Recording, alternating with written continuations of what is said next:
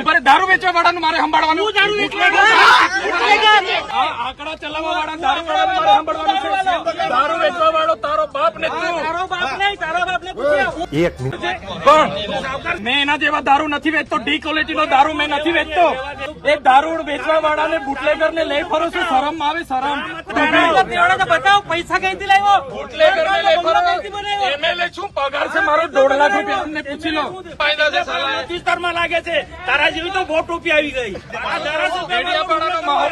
બહુ ટાઈમથી. તો હાલો નમસ્કાર મિત્રો, જય જોહાર, જય આદિવાસી. મનસુખ વસાવા અને છેતરભાઈ વસાવામાં છે બહુ મોટી બબલ થઈ છે દોસ્તો. તો એમના વિશે છેતરભાઈ વસાવા શું કહેવા માંગે છે અને મનસુખભાઈ કેટલા ગુસ્સે થાય છે એ પણ તમને વિડીયો બતાવડું છે આગળ. તો દોસ્તો આ તમે વિડીયો જોઈ લો. આજે ગૃહનો દિવસ છે, મહત્વનો દિવસ છે, છતાં જ આદિજાતિ વિસ્તારના એ મંત્રી હોય, આદિજાતિ મંત્રી, રાજ્ય કક્ષાના મંત્રી, એમના ધારાસભ્ય બધા જ ત્યાં છે અને ચૈતર વસાવા વિશે ટીકા ટિપ્પણીઓ કરે છે, ભાષણો કરે છે. જે મનસુખભાઈ વસાવાની તારીફ નાયબ મુખ્યમંત્રીએ કરી હમણાં ભાષણમાં, ત્યારે મંત્રીશ્રીને હું યાદ અપાવું, આ તમારા સાંસદ 60 ટર્મથી સાંસદ છે, એમના પોતાના ગામમાં જવા માટેનો રસ્તો બનાવી નથી શક્યા. એમના ગામ જૂના રાજના રસ્તા માટે મારે ત્યાંથી પદયાત્રા કરવી પડી. સન્માન્ય ગૃહમાં પણ એ મુદ્દો લાવવો પડ્યો. આ તમારા સાંસદને પહેલા કહો કે પહેલા એમના ગામનો રસ્તો બનાવે. જે ગણપત વસાવાની તમે વાત કરો છો, એ ગણપત વસાવા જ્યારે આદિજાતિ મંત્રી હતા ત્યારે જ આદિજાતિઓના ખોટા પ્રમાણપત્ર એમણે મેળાવડા કરીને બિન આદિવાસીઓને આપ્યા છે. તો દર્શક મિત્રો, અરવિંદ કેજરીવાલ આમ આદમી પાર્ટીના દિલ્હીના વડાપ્રધાન દોસ્તો, એમને 156 દિવસ જેલમાં રાખવામાં આવ્યા હતા. તો દોસ્તો એમના વિશે શું કહેવા માંગે છે તો તમે એમનો લાઈવ વિડીયો જોઈ લો. ये पूरा षड्यंत्र किसने रचा, क्यों रचा?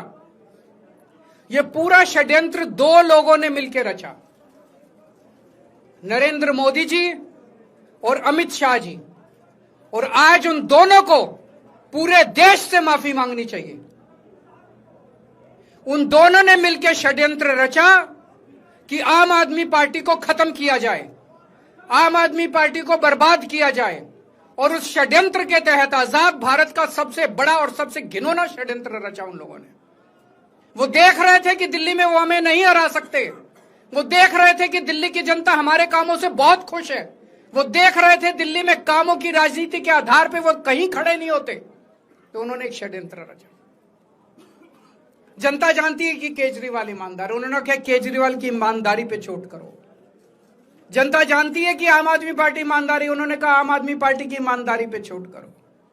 उन्होंने आम आदमी पार्टी को खत्म करने के लिए षड्यंत्र रचा और बोले केजरीवाल बेईमान है, केजरीवाल बेईमान है, केजरीवाल बेईमान है. केजरीवाल ने शराब घोटाला किया, केजरीवाल पैसे खा गया, केजरीवाल ने 100 करोड़ रुपए खा लिए. मैंने जिंदगी में केवल ईमानदारी कमाई है. मैंने जिंदगी में केवल इज्जत कमाई है. एक नया पैसा नहीं कमाया मैंने अपनी जिंदगी में. इन लोगों की तरह नहीं हूं मैं. मैंने जिंदगी में एक नया पैसा नहीं कमाया, केवल ईमानदारी कमाई है. और ये उस ईमानदारी के ऊपर चोट करना चाहते थे. उसके लिए इन्होंने षड्यंत्र रचा था.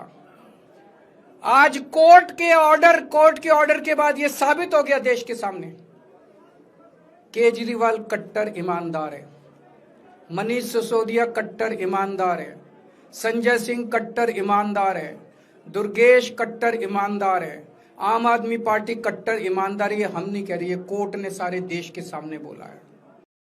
તો દર્શક મિત્રો, મનસુખ વસાવા છેતરભાઈ વસાવાને લુખોને આમ તેમ બોલે છે. તો દર્શક મિત્રો, મનસુખ વસાવાનો તમે લાઈવ વિડીયો જોઈ લો. તેવા પ્રિન્ટ મીડિયા અને ઇલેક્ટ્રિક મીડિયાના સૌ મારા મિત્રો, ભાઈ સાચું લખજો, હા, બધું જોઈ લીધું. પેલા ચૈતરને ખબર પડે વિધાનસભામાં ઊંઘ ના આવે અઠવાડિયા સુધી, એવું લખજો, સાચો રિપોર્ટ લખજો.